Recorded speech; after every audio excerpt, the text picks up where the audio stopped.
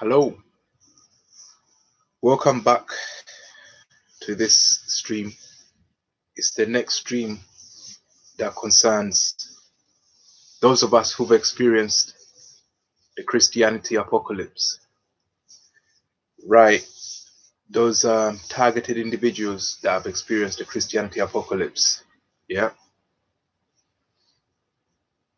Hello, those who have joined me on the chat. So basically, like I was saying in my previous stream, the Christianity apocalypse means that you grew up as a Christian, you believed everything, you believed the world was like that, some kind of Disneyland, and then something happens in life that leads you to see the real world, and you actually see that the world is nothing like what you've been told. So at this point, this junction, is very easy to go off to that side where you start believing that there is no God. Yeah, and then there's another side you could go to where you start to believe that you're God. Yeah, but I suppose both sides are right in one way or another. When I talk about understanding God, we're talking about there are moments where we're all God. We're talking about things which can be scientifically explained, and they are scientifically viable explanations for this. We're talking about superposition. Yeah, things that are in superposition are always basically things that are in superposition are indicative of of a divine they're in a divine state, let's just say. Yeah, so if for example you press in your normal keyboard on your computer, you press two buttons at the same time, yeah, your computer won't know what to do. You'd be instructed to do two things at the same time. Yeah, so when that happens, the computer normally glitches. Yeah, and this brings me to the Mandela effect as well. This glitch, yeah, what you'd like to call the glitch in the matrix, is when you're in transition. To cut a long story short, yeah. So transition means that you're moving from one thought to another.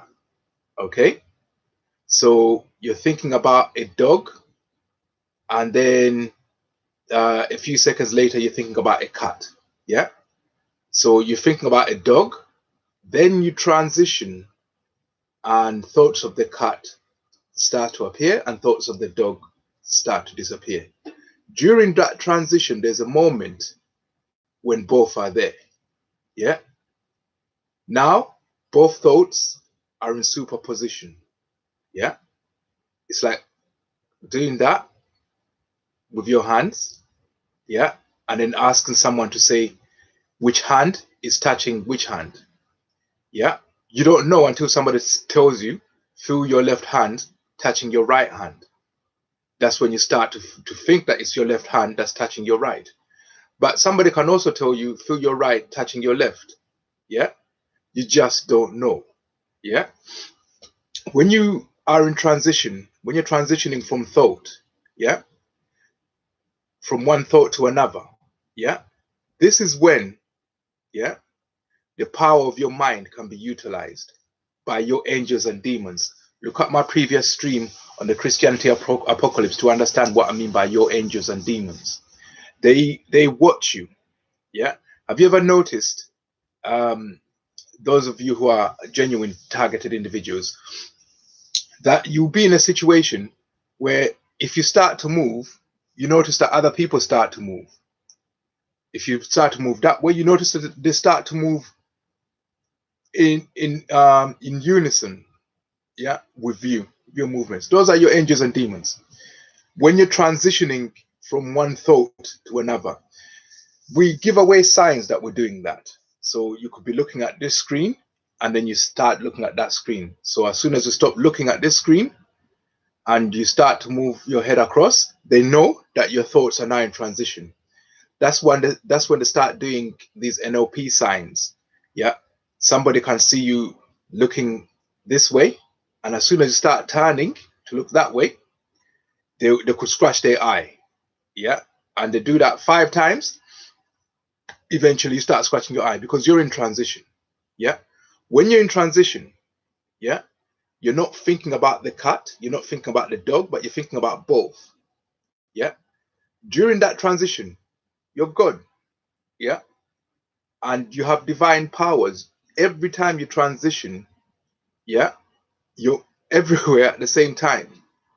Yeah. You're like a photon when it goes for a double slit and diffracts. Yeah.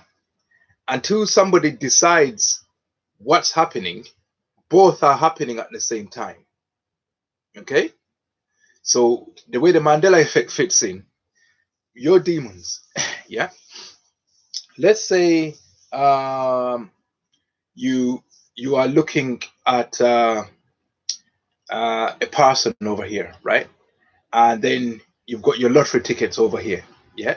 And you want to see the winning lottery numbers, yeah. Let's say you look at the lottery numbers on the screen, yeah. And as soon as you go to look at your lottery numbers on your piece of paper, during that transition, yeah, your demons, I haven't figured it out yet, but they'll make sure that those numbers are not the same ones you saw. Yeah. You're like, I'm looking at these numbers in the lottery draw. I got those numbers. I'm sure I got those numbers. Let me check. And you transition and they change those numbers. That's what happened to me before this Mandela effect phenomenon came. That's why I started singing about it. This is what I'm talking about. I'm going to repeat the same thing. Those who heard this before will understand that.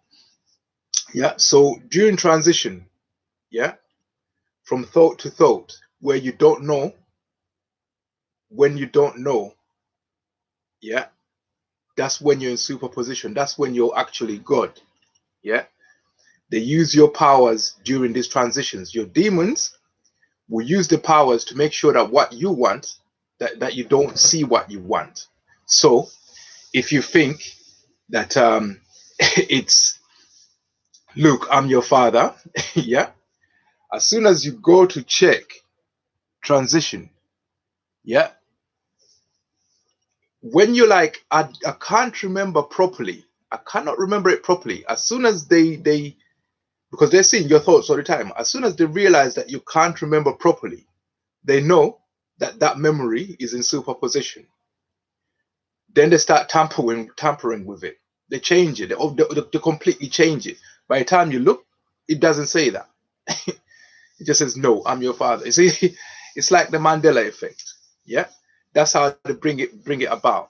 But that's there's a conspiracy to bring it about, but there's also a natural phenomenon that brings it about because we accidentally do those things to each other. Just from mixing with each other, we're accidentally doing these things to each other. Yeah. So when you've experienced the Christian apocalypse, yeah, remember Christianity covered things that phenomena that was true to life. Yeah. Christianity covered phenomena that we notice, yeah, in life, but they gave an explanation. Yeah. So when you dismiss Christianity, you still have to explain those things. Yeah. But if you don't want to do it with the scripture, you still have to explain those things. Yeah. There's phenomena that happens that you really like. The Almighty is something that happens. Supernatural things, these are things that happen. If you leave Christianity, you're still going to have to explain the supernatural things that happen. And science, the closest thing they come to it is superposition. When things are in superposition, anything can happen. Yeah. When you're transitioning from thought to thought, anything can happen. Yeah. So then you have to realize that there are demons in this world who understand that, whether they understand it consciously or they instinctively understand it. The nature of a demon might not be a conscious one, might be an instinctive one. Yeah. So there's always people who are watching you in transition, watching you in transition. Every time you want to see something and you transition to see it, they change it. Yeah. I'm sure you've noticed that. Yeah. Every time you're hoping for an outcome, yeah, it's in transition. Every time you think an outcome happened, yeah, and you're not sure, you just think it is, then that memory of it is in transition and they can change it.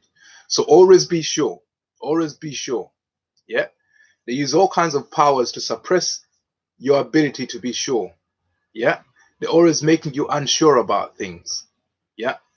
Um, what is it? See it, say it, believe it, whatever. But they're always doing things to make you unsure of things. Yeah. Because when you're unsure, the superposition happens, and then they can change things for you to see the opposite of what you wanted to see. So after the Christianity apocalypse, you still need to know the Almighty. But you can't really know that until you understand that you're God. Yeah? There's a difference between God and the Almighty, and we'll come to that. The Almighty is an emergent phenomena. The Almighty emerges from gods. Yeah? And we're all gods. So if you're in superposition, you're God. If another person is superposition, that's God. And collectively, what emerges, that's the Almighty. Yeah. So we're like grid points. Yeah. And the Almighty is the whole grid. Yeah. So if you're in superposition, if we all put ourselves in a state of not knowing, yeah, then the Almighty will emerge. But we won't know because we're in a state of not knowing, innit? Yeah. So for the Almighty to help you, you can't know him as such. Yeah. You can't, he's in superposition, meaning he's everywhere at the same time. So you can't collapse him. You can't tell someone that the Almighty is only in church. He's everywhere. You can't just be in one church. What about the other church? What about the other mosque? Whatever.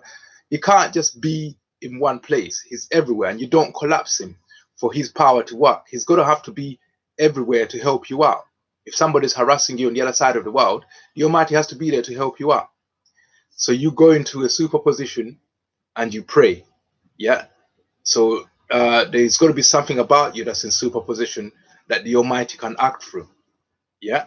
So that's why most of the Christians used to do that when they pray. Yeah. You do that so that at least your thoughts of what your hands are doing is in superposition and the Almighty can act. Yeah. So having left mainstream Christianity, I started my own church because I knew you're still gonna need to understand the freaky shit that happens in nature. Yeah. You can't, I mean, the way they taught you with kid gloves. Yeah. But you're gonna still need to understand why that freaky shit happens in nature. Yeah. So that's when I went on that journey of trying to understand what the Almighty is. You can't dismiss it. You can't get rid of Christianity and say, right, everything concerning God disappears. It does not, because every time you transition from thought to thought, miraculous things happen. Yeah. Now you're going to need to understand why miraculous things happen every time you transition from thought to thought. Yeah. I'll take you through these levels slowly. Yeah. It's after the apocalypse, the first thing you got to realize is that in your mind, you're God. There's no other way of putting it. Yeah. In your mind, you're God. But then I haven't learned how to use my powers for myself, but I'm aware when my powers are being touched. That's why they always assign someone to be in your mind watching your thoughts. As soon as your trail of thoughts meets a point where it's unsure, he alerts everybody else to react. Yeah. He's sitting in your mind alerting them to react. Yeah. I haven't figured it out yet, so I often record myself, and you'll see the demon in you giving other demons outside of you instructions. Yeah. Telling them not yet, now, yes. Okay, he's thinking that is it. He'll give them instructions. So all your task with doing is neutralizing the demon inside of you. If the person or demon that's watching your mind gets into a state where he doesn't know, well, then he can't use your powers against you. So the way I meditate, I try to disrupt the trail of thought of those who are watching my mind so that I always put them in a superposition where they don't even know where they are. Yeah. Where they don't even know what's happening to them. All I do is put things in superposition. Yeah. Enable the Almighty to react. So when you're in superposition, whatever the Almighty does to you, He's gonna judge you. I'm gonna put everyone in superposition where you won't know what's happening. You won't know one thing from another. Yeah, and the Almighty will react. What He does is just. The Almighty can never be wrong because it's nature, isn't it? Yeah, it's nature. Let me read some of my live chat. So,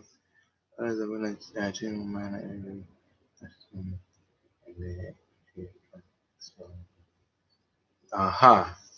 Um, so well, when you change your mind, you catch them and their confusion trying to guess what you're doing next. If they're trying to guess what you're doing next, then you got power in you, man, because you've blocked them from seeing your mind, and now they're having to resort to reading your body language. Yeah, which is always safer that way because I can make you think something with my body language. I can act a certain way to give you an impression, but when you're actually seeing what I'm intending to do, then you can tell people that I'm lying about it. So I can think of going left. Yeah, my left is that way. Yeah, and then show you that I'm going right. Yeah, so I can actually do that. Yeah, but if you're sitting in my mind seeing that, you can alert them. You say no, it's just pretending. Ignore that first impression. He's actually going to move there. But when they're not seeing there and they're trying to guess, you're safe. Yeah, it means your mind is now in superposition to them. They don't know the state of it. But when they know your actual thoughts, they've actually they've actually seen your wave function collapse. Yeah, they've actually seen what it is. Yeah, it needs to be in superposition to them. Otherwise, the uncertainty principle can't work. Yeah, if I'm in a box room like this and everybody's outside, yeah, and there was a radiation device, I'm Schrodinger's cat. Yeah, no one from the outside can know what happened to me until they open the door to see if I'm alive or dead. Yeah, but if they can see into my mind, they know exactly what happened. They can see if that radiation device went off or if it did not, which means the uncertainty principle is being violated. You see what I mean? Yeah, so that's what I noticed, that when I went to quantum physics, I realized that the uncertainty principle gets violated. Yeah, which means everything we've ever been told is wrong. So if the uncertainty principle doesn't hold true, yeah, where does it hold true? Because it can't be wrong. Um, Philosophically or theoretically, you can intuitively see that it's right. But if somebody's seeing your actual thought when they're not in the room with you, then there is no wave function superposition. Yeah, and there's no uncertainty. There is no uncertainty. Yeah, if there isn't uncertainty, that law is being violated, but it has to hold true somewhere. You see what I mean? If you're in a forest, yeah, no, if tree falls in the forest and there's no one around to see it, yeah, does it make a noise? Yeah, but if I'm in a forest and no one else is around to see it, yeah, and you ask those people, did it make a noise? They can't know. But if they're seeing into my mind, they know that it made a noise because they saw it through my mind and they saw that the bloody tree made a noise. Yeah. So you also have to adjust quantum physics as well, and the new age physics that we got, when you consider the fact that your mind can be frequented, because we're the viewer that create. You look at science nowadays, science is saying that our consciousness creates, which science is confirming what Jesus said, that we're gods. You see, so I'm saying this, but if you've witnessed the Christian apocalypse, you'd have left the mainstream church and you'd be left with science, and science is now telling you what the man told you in the scripture, that we're gods. Yeah, you've run into science, you've left Christianity, and science is now telling you the exact same thing that you were told. So you have to consolidate your two beliefs. You say Christianity is garbage. It wasn't garbage, it's just kid gloves. There was some truth to it, but now you need to grow up, yeah, and find the truth. The first truth is we're all gods. What that means is that we often transition in such a way that we become superposition. Other people can exploit us like somebody using the power of God. Yeah. So those moments when we do become God, that's when they use our power. Somebody can wait until you transition and use your power to help someone else, which means you're their God. Those angels and demons, you're their God. Yeah. The Almighty assigns them to you. So the Almighty created his power source, yeah, which is us, right? And he's the only one who's supposed to use that. Yeah. But other people who don't believe in the Almighty are using that. So what you're supposed to do is confuse them when they're in your mind, not out here. Don't bring confusion out here, because you'll be the same as them. Don't bring confusion out here. You confuse those who are viewing your mind. You bring confusion to them when they're in here. Yeah. So that they don't know what they're doing. If they don't know what they're doing, they can't exploit your power. If they don't exploit your power, the only entity that can exploit your power is the Most High. That's the way it should always be. But you can't know that you need to do that until you know that you're a God. You see? So I left mainstream Christianity, but I didn't leave the Almighty. You can't. Even if you don't want the Almighty to use you, he's going to use you anyway. Yeah? It's just the way it is. Yeah, either the Almighty uses you, or all manner of things use you, and they'll use you against yourself. They'll use your power against yourself. You see? Yeah. And the Mandela effect also is when they kind of like form these circles and this kind of seance like things, and they go on the same page. Yeah, they concentrate on the same thought, on the same person or something like that. I've read of experiments where they're concentrating on skewing a random number so that only even random numbers come up, and it happened. Yeah, so they just concentrate on a process.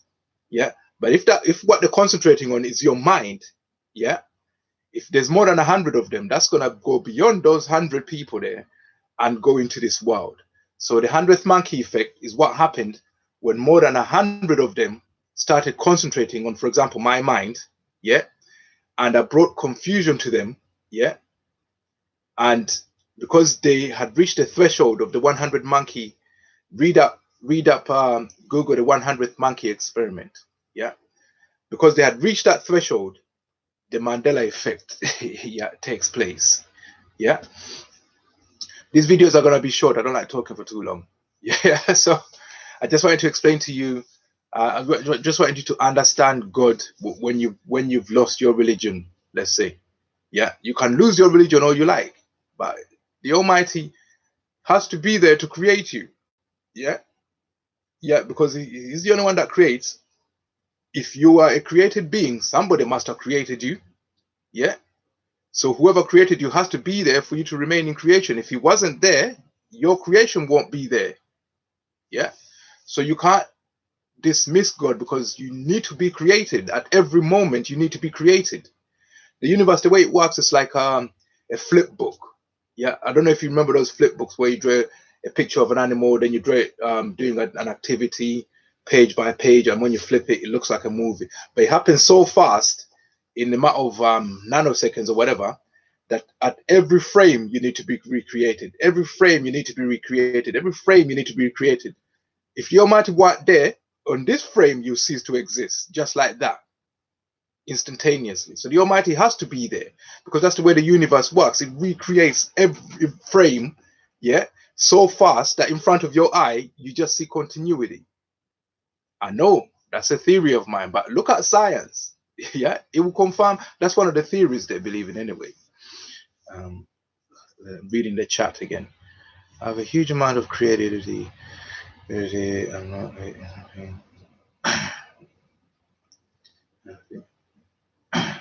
Yeah, creativity is important. That's just to keep you sane. Yeah, you got to create scenarios in your head that are fantasy. Yeah, so that the people who are watching your mind are only watching fantasy, and they're not watching the real things that mean anything to you. When you're targeted like this, you try not to think about anything that means anything to you. Yeah, you just watch, just look at fantasy.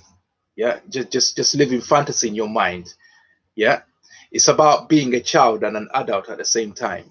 Yeah. Yeah, so basically it's like a flip book. Yeah, you know what I mean?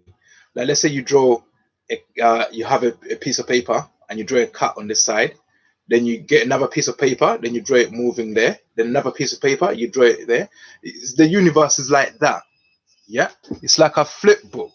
Yeah, and at every page you need to be created. Somebody needs to create you. You need to be created. So you can't really say the Almighty doesn't exist. So who creates those frames? Yeah, the Almighty exists. Some will say that all those frames exist at the same time, but who created them? Yeah. When the Almighty dies, those frame. If the Almighty dies, as you go towards the point where the Almighty is going to die, all those frames start to disappear. Because if the Almighty died, there was no one to create the frames. There's no frames. Yeah. I wanted to keep it short, but I'll answer some of the chat questions. If you've got any questions, you better put it to me now because I'm about to end this video. What was it? Yeah, so Donna, I hope that answers that. It's like a flip book, but it happens in nanoseconds. A nanosecond is very hard for you to imagine. It's even lower than nanosecond. Your mind can only see 50 frames. If you have 50 frames a second, your mind will see continuity. Yeah, that's why you have a flip book. If you move it quick enough, it doesn't know that it's a flip. But if an event happens quicker than 50 frames a second, your mind will not see it. It will not see it. It's moving too fast for it to see. It will not see it. Yeah.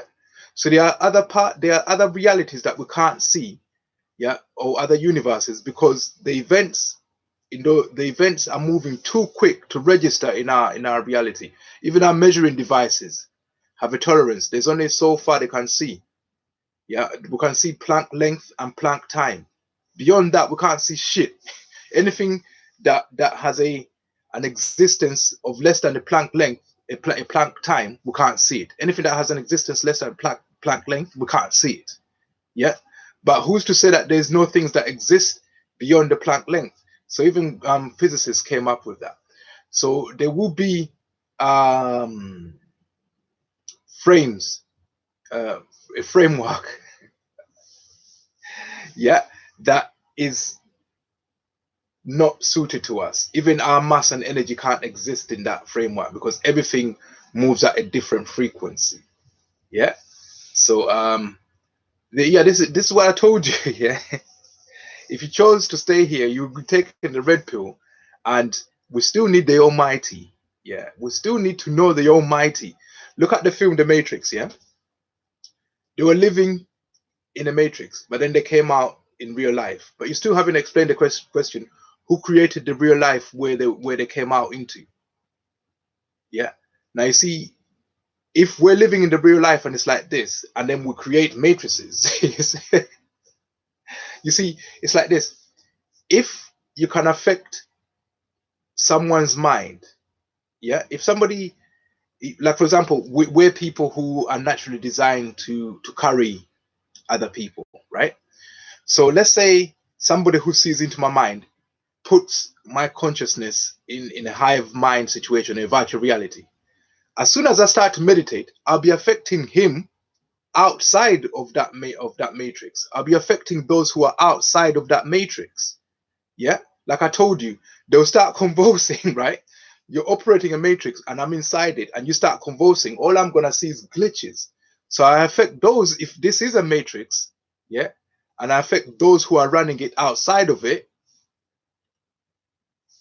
because a mind is just a mind.